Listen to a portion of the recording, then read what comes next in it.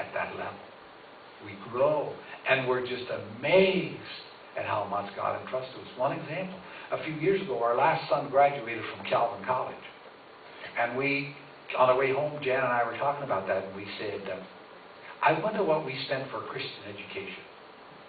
We had kids, we have 5 kids, and we were involved with Christian schools and colleges for 28 years. Now that's a while. And we totaled it up, and if we were to put that in today's dollars, it would be between $500,000 and $1 million. Now if you had told me that, when we got married, that before you have any kids, make sure you can afford it. And if you had said that, if they said, if you have kids, are you prepared to put out $500,000 for education? Had you told me that, I would have put 1 single bed upstairs and 1 in the basement. As somebody said, with tacks on the floor. It doesn't work that way. And if you come to me now and say, do you realize that you spent that kind of money? I say to you, I don't really know how we did it. I don't know how we did it. But we have 5 kids, all of whom who know the Lord. 4 of them who are deeply committed to the Lord's service. All 5 of them are extremely generous. How did that happen? And they find great joy in helping us and helping others. And we see them investing in all kinds of things and helping all kinds of people. People that I would never think of helping. It multiplies. It multiplies. You can't teach your kids to give and live generously for others unless you model it. And unless you model it at times at a sacrifice. You model it with pain. Because when you're in pain, the real priorities show up. The things that really count show up. Well, that's the Old Testament. It ends there. Then we have 400 years of silence, and then Jesus comes. And Jesus carries right on what the Old Testament taught. First of all, He is a gift of God for His people. His whole life was a gift of God to His people. And when He's there, He comes up and He talks about it and teaches it. He sits by the temple and watches what people give. And the people walk by and they drop their money in the plate. And some rather happily, because it's a significant sum. And this poor lady comes and she has just a few pennies. And she kind of shuffles like this by the plate and drops them in, hoping that nobody will see it. And Jesus embarrasses her. He says, hold on everybody. Did you see what she just gave? She gave her all. It isn't the amount. It has very little to do with the amount. It's the attitude of heart. And it's what you have left over. And what you do with the rest. The New Testament teaches it's not just 10%.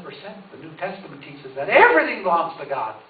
And everything that you have is entrusted to you. And all of it needs to be shaped and formed in His service. And I say to you, when you take the first 10% and just set it aside, I call it the starting guideline. No, the New Testament doesn't demand a tithe. It demands everything. For everything is to be utilized and stewardly used by you. Some of it will need to buy bread, some of it will pay for education, some of it will pay for gasoline. All of that is to be part of that stewardship life that you live.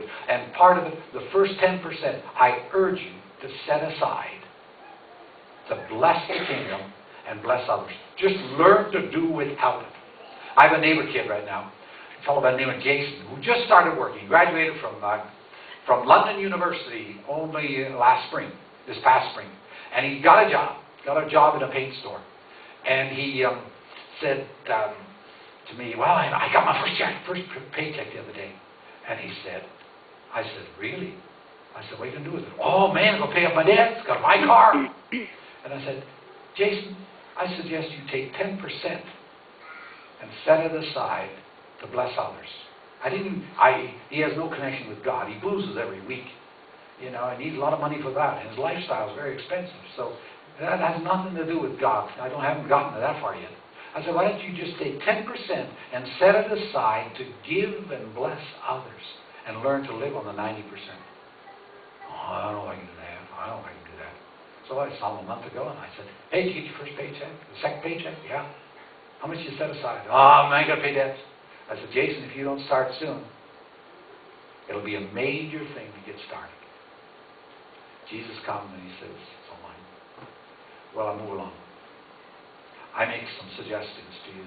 The New Testament further amplifies it really, really clear. You got a rich young ruler. He comes to Jesus and says, Jesus, I want to follow you. Wow, what commitment. And so Jesus says, but you have one problem. And what's the problem? Well, he says, you got too much stuff. And you're too attached to it.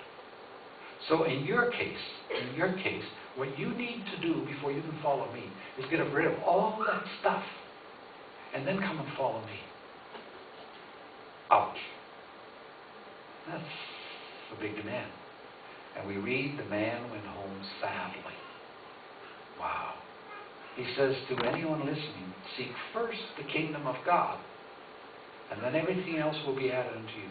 When you seek God's will and God's way, then everything else will come your way. It's not true the other way around. You can't seek everything else and be totally preoccupied with whatever and then add God to the mix. No, God says, I want to be first because we got this competition going. And the ultimate is what Jesus said to his disciples. If you're willing to lose your life and follow me, you'll find it. You'll find life. And if you're not willing to lose your life, you can keep it, but you'll never find life. It was James Elliott who said, he is no fool who gives up what he cannot keep in order to gain what he cannot lose. Now I'm going to make some suggestions to you, and I've made that to other churches as well. I suggest that if you're not giving, that for a start, you set aside 10%. Just learn to do with 90%. You'll immediately react and say, impossible. Yes, it is impossible in your mind. But when you do, you will begin to see that you begin to budget and you begin to sort out priorities more specifically. And that your goal is to take that 10% and share it with food bank and your church and with all kinds of charitable causes. You will be amazed at how many groups you can bless. You really will. And you'll be amazed at how much you left over. In fact, I've said to churches, I dare you to do that. I dare you to tithe for 6 months. 6 months. And if you regret it, you come back to the church and tell them that you regret it, and whatever you donated to the church, they'll give you back. And if you do, you let me know, or the church can let me know, and I will add 5% interest to it out of my own pocket, so that you haven't only not lost any money, you have gotten your interest on it. Now, I've offered that for nearly 20 years. And I got to tell you, nobody's ever come to collect. Not one. In fact, I've had phone calls and messages. Just not so long ago, I got a phone call from a young lady in church and said, you challenged us to do it for 6 months. And I did it for a year, and I was going to prove you wrong. I was going to be the first one to come and collect. She said, I was mad. She said, I was going to prove you wrong, and I was going to get you. And she said, I'm only calling now. And I waited, instead of waiting 6 months, I waited a year, because I thought maybe the thing would turn around.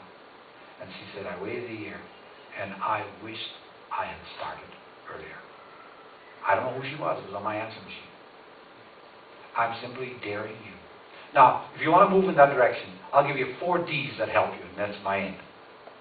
The 4 Ds are, most of you already have a desire in your heart to be more generous with others and with God.